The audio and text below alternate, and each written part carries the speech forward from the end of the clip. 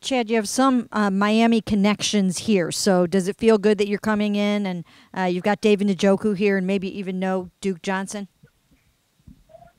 Yes, ma'am. The first two people to text me, it's great. I'm going to, you know, a place where I got some family there, and, a new family, a big family. So I'm just anxious to get up there. Hey, Andrew Berry from the front office just said that you're one of the most physical defensive linemen in the draft. How does that make you feel? It made me feel good, Now I know I'm living up to it because of other people saying it and important people saying it. So I just got to keep it going and get more physical on the field, bring more power, more speed to the game, and just help my team out. Hey, Chad, I saw a tweet that called you a musical prodigy and that you produced for Rick Ross. Can you tell us a little bit about that? I've been doing music since probably the age of 3, probably way before that, but really like understanding music, I've been doing it since 3 years old. And I just always took it with me, kept it going. And as I got older, I got away from the band because I was doing football, I couldn't do both. So that was more of a hobby to me, but, I was good at a hobby. And it took me to the next level. So just went crazy with it and somehow linked up with Rick Ross and we done made some hits.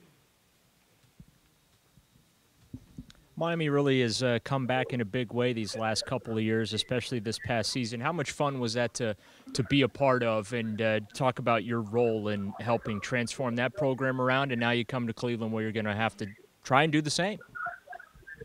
It was big in college, Miami, when I was getting recruited, a lot of people looked at the team or however they want to look at it. They looked at it as a problem. And, I'm from Miami. We don't run from our problems, and that team is big. It's big for our city. So just going to Miami was big for me.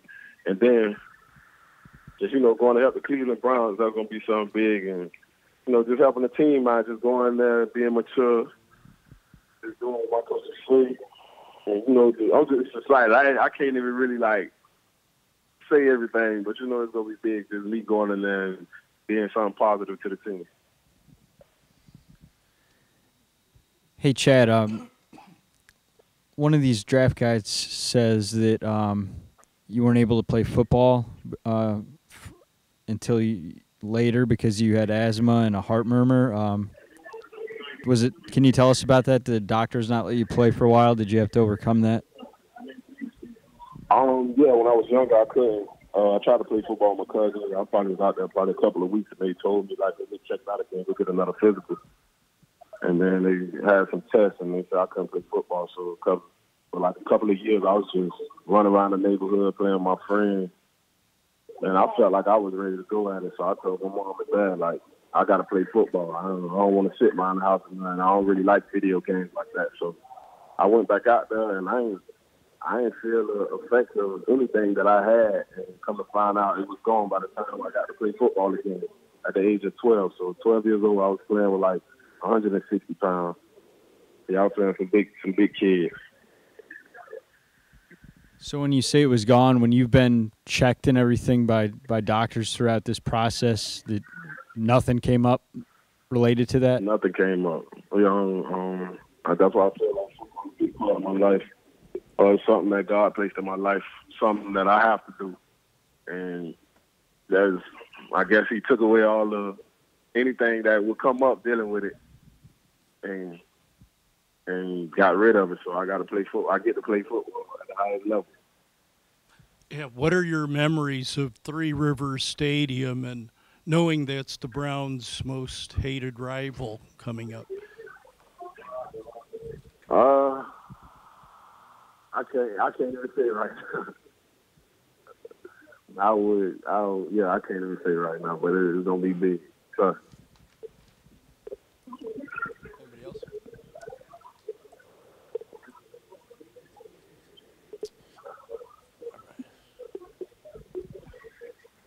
Chad, could you just tell us a little more about your music career? Obviously, it seems to be going well. Just how important that is to you and whether you think you'll be able to continue doing that while you're in the NFL. The music is, like I said, it was a hobby. It was just a hobby, and it's something I'm good at. You know, it's another gift from God. It's another gift from God, and I just took it to the next level. And dealing with football, it was never a distraction from me. It was nothing. It was just a hobby. You know, you can't play football 24/7. So on the off time, that was just something I did, and I guess it blew up. And you know, being good at two things, hey, I feel like it's a good thing. Some people feel like it's a bad thing, but I don't really listen to what other people say. You know, I think my music is another way for me to learn when I'm on the field, just running or hitting or something. I go to the rhythm of my beat, and I want to move, and I really want to. I'm going fast. That's just me. Anything I deal with in life it got a little music in it. That's why I like hitting people. You mentioned that you like hitting people. If I read the numbers right, 26 tackles for loss, 10 sacks. Could you just talk about your physicality and ability to be disruptive in the backfield? Yeah, I take pride in that, being in the backfield, lining up over the guards, on the edge. No matter where I line up, I take pride in being in the backfield. That's just something, being physically playing D-line in the trenches. You got to get in the backfield, don't get pushed back. That's something you learn when you're in little league and you playing with all the small children. So you got to take it all the way up. You'll never forget that. So being physical on the field is something I love to do. You know, we could legally hit somebody, you know, so that's something I take on the field every time I step on the grass. Yeah, your season was on a roll until you guys lost in Pittsburgh. What happens with a game like that? What do you do to try to turn things around? Oh, you was breaking up a little bit. Can you say it again? Yes, the Pitt game.